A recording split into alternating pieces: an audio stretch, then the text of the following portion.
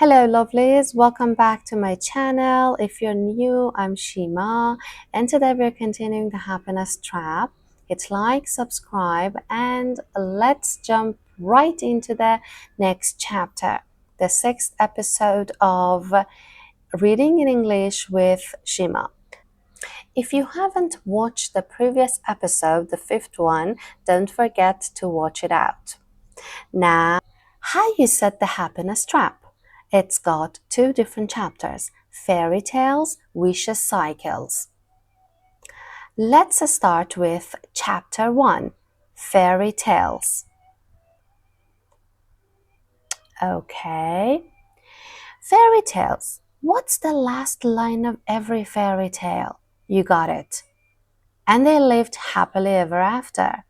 And it's not just fairy tales that have happy endings. How about Hollywood movies? Don't they nearly always have some sort of feel-good ending where good triumphs over evil, love conquers all, and the hero defeats the bad guy? And doesn't the same hold true for most popular novels and television programs? We love happy endings because society tells us that's how life should be, all joy and fun, all peace and contentment, living happily ever after. But does that sound realistic? Does it fit in with your experience of life? This is one of four major myths that make up the basic blueprint for the happiness trap. Let's take a look at these myths one by one. This is something familiar for us, guys. This is something all of us know. And tell me your opinion. Does that sound realistic? Does this really happen in our lives? In our real life? If you think no, let's continue. Now let's dive into the meaning of some words. It's obvious what is fairy tale. It's something fantasy, something unreal, or we can say something magical. The next one, which is really interesting, is feel good. بچه خیلی مهمه این hyphen یا این خط تیره بین feel good باشه. Okay, so the hyphen is necessary. Feel good is related to having good feeling. So means you feel happy, you feel well. If you're ready, let's take a look at these myths one by one. The first myth. Myth number 1. Happiness is the natural state for all human beings. Our culture insists that humans are naturally happy, but the statistics quoted in the introduction clearly disprove this. Remember, 1 in 10 adults will attempt suicide, and 1 in 5 will suffer from depression. What's more, the statistical probability that you will suffer from a psychiatric disorder at some stage in your life is almost 30%. Not exactly great odds, are they? And when you add in all the misery caused by problems that are not classified as psychiatric disorders, loneliness, divorce, sexual difficulties, work stress, midlife crisis, relationship issues, domestic violence, social isolation, bullying, prejudice, low self-esteem, chronic anger, and lack of meaning or purpose in life, you start to get some idea of just how rare true happiness really is. Unfortunately, many people walk around with the belief that everyone else is happy except for them. And you guessed it, this belief creates even more unhappiness.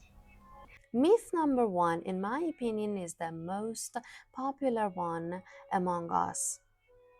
So, besides psychiatric disorders, we have some problems that make misery that are not classified as psychiatric disorders, like loneliness and some examples that you see here.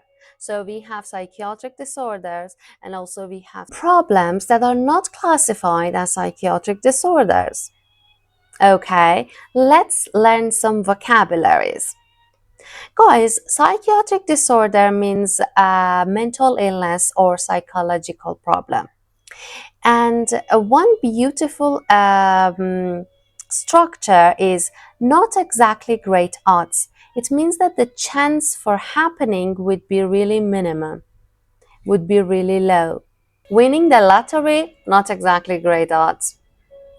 And the other thing would be misery. Misery means suffering, means unhappiness. So, if you're ready, let's go and learn myth number 2. Myth number 2, if you're not happy, you're defective.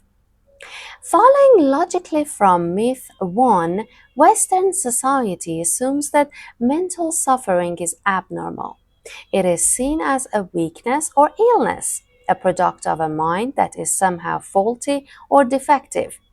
This means that when we do inevitably experience painful thoughts and feelings, we often criticize ourselves for being weak or stupid. Health professionals contribute to this process by readily slapping on labels such as "you're depressed," and these labels merely confirm how defective we are.